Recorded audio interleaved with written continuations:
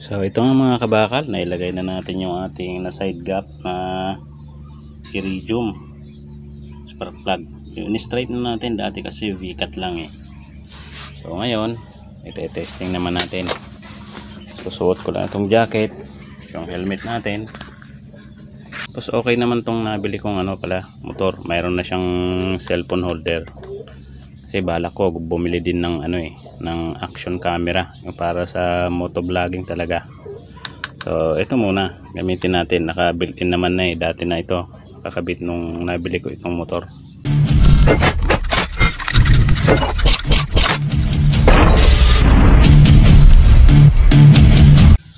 Ito mga kabakal, test natin kung single kick pa rin siya. Okay, single kick. So ilagay na natin itong camera. Ito mga kabakal, testing natin.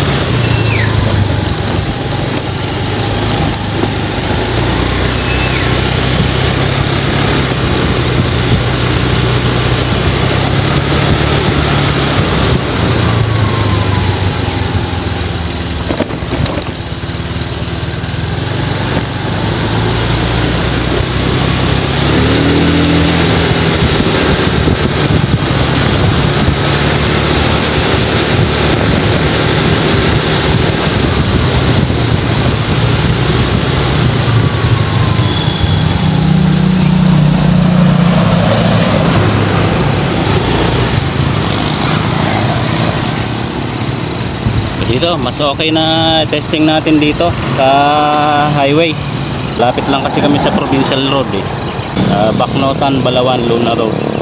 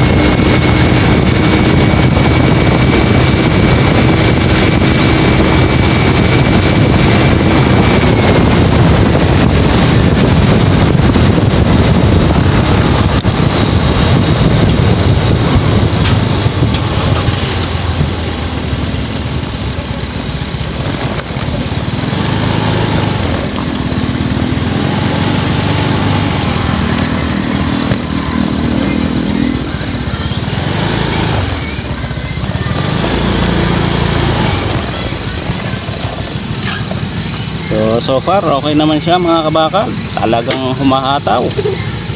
May susunod pa akong gagawin, yung naman, yung wire strapping. Lalagyan ko ng wire, papaikutan ko yung ignition wire, yung tension wire nya. Yun ang next naman natin na gagawing upgrade. Okay, masyado lang mabibrate mga kabakal pag yung camera nakakabit dito sa motor. Kailangan yung makabili ako ng camera na sports camera, yung ikakabit sa helmet para less vibrate siya.